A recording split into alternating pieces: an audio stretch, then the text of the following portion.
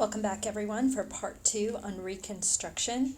Let's just review a little bit before we move forward with talking about some of the other amendments and Reconstruction process steps.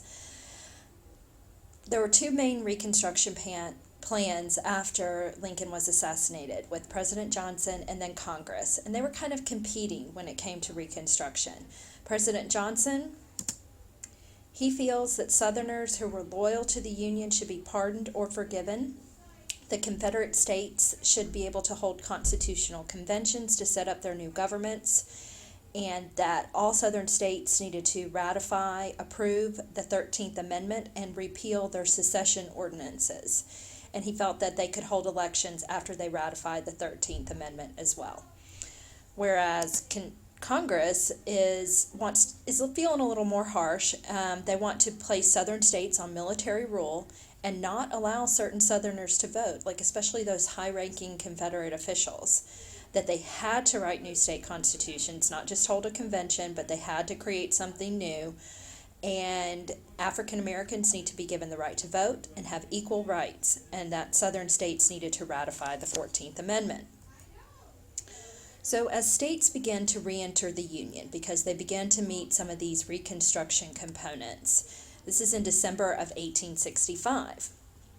Most Southern states agree with Johnson's plan, and they began to rejoin Congress. They have elections within their states, and they now have new congressional representatives.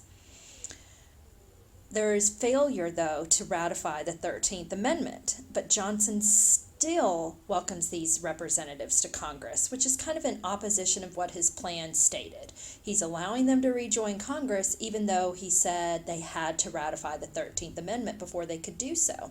So he's kind of contradicting what he said. He's being way, way lenient. So here are the states and the dates as they rejoin the Union. You see, Georgia rejoins on two different dates, okay, 1868 and 1871.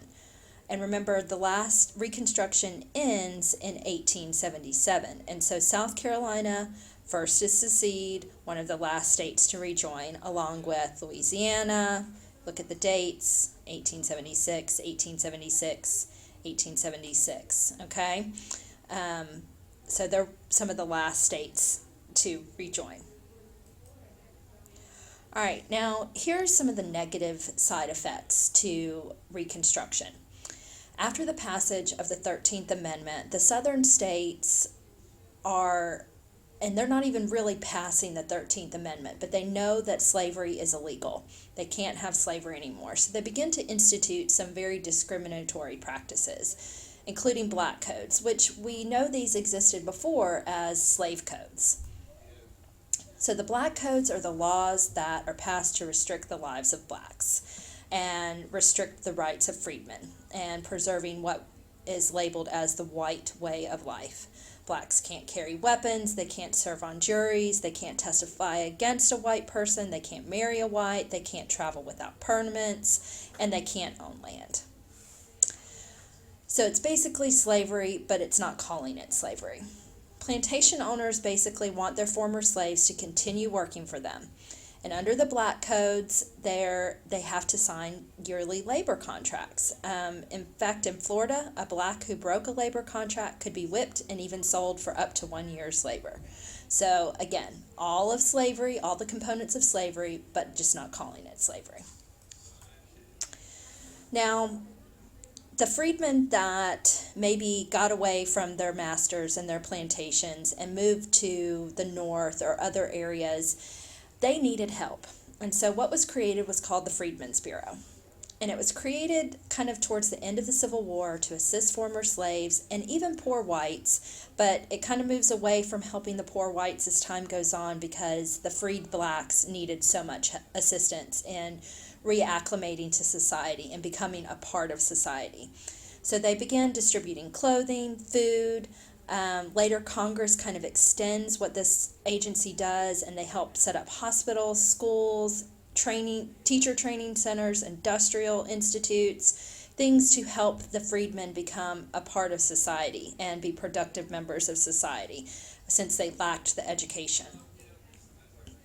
Here's a freedmen's school that was established to help educate the newly freed people. And then the system of sharecropping and tenant farming. So think about, you've got this huge, large plantation. Now you don't have any slaves to work it. How are you going to work all this land? How are you still going to be a productive farmer and grow cotton or grow tobacco or rice or whatever your crop was? Well, they come up with these two systems of sharecropping and tenant farming. Sharecropping, the landowner gives the farmer everything. They give them land. They give them all the materials to farm the land, the seeds, the tools. And in return, the sharecropper, after the crop was harvested, would give money back to the landowner. And then under tenant farming, all that is supplied is the tools and rent for cash. So sharecropping, they're giving a portion of the crop. Tenant farming, they're hoping to get cash in return. Here's an image of a sharecropper. So sharecropping is really a cycle of.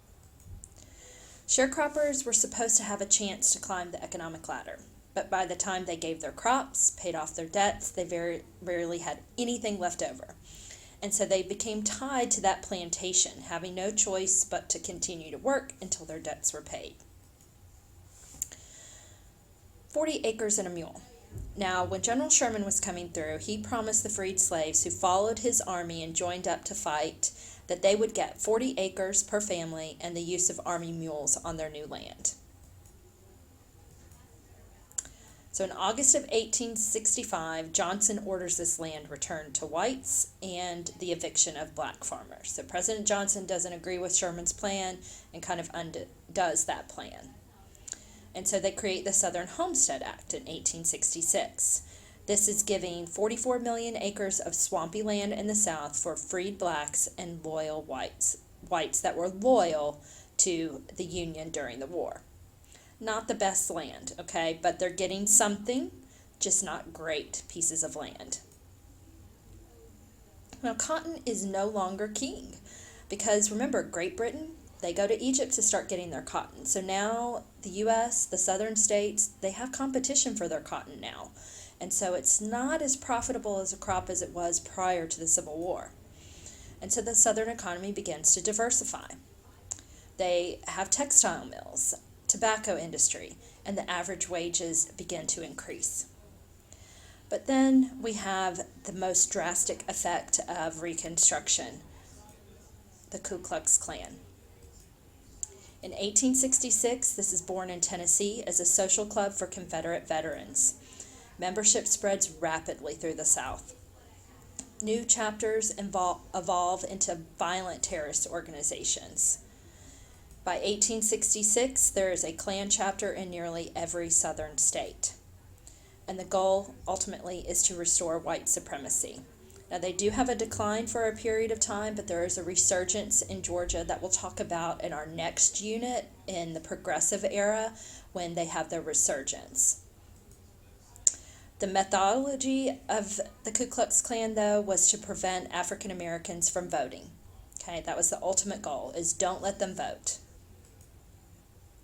Their main targets from 1868 to 1871, they killed thousands of men, women, and children. Many are black. There was violence against whites, and it was aimed at those that were willing to support or help blacks. So why is violence an effective tool? Why do that? I mean, the fear alone prevents them from voting.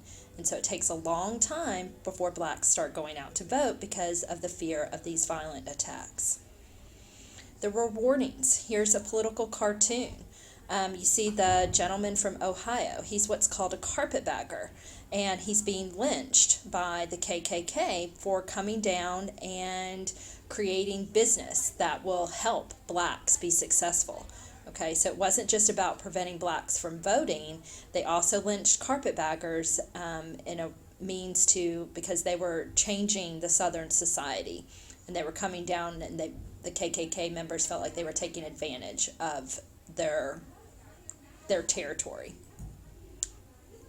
So they passed the Civil Rights Act of 1866. And this gives African American citizenship and forbids states from passing discriminatory laws. Johnson vetoes this. He shocks Congress in this, and he also vetoes the Freedmen's Bureau Bill and the Civil Rights Act, and it begins to spark a battle between Johnson and Congress. This is the end of part 2. We will continue talking about Johnson and what happens to him, and then there are 2 additional constitutional amendments that come about, the 14th and 15th Amendments, that begin to change the landscape of society. Hopefully you were able to complete the rest of your note-taking sheet, and you have those notes. And again, shoot any questions to me via Edmodo, and I will respond to you and help you out and do what I can to help you understand the material.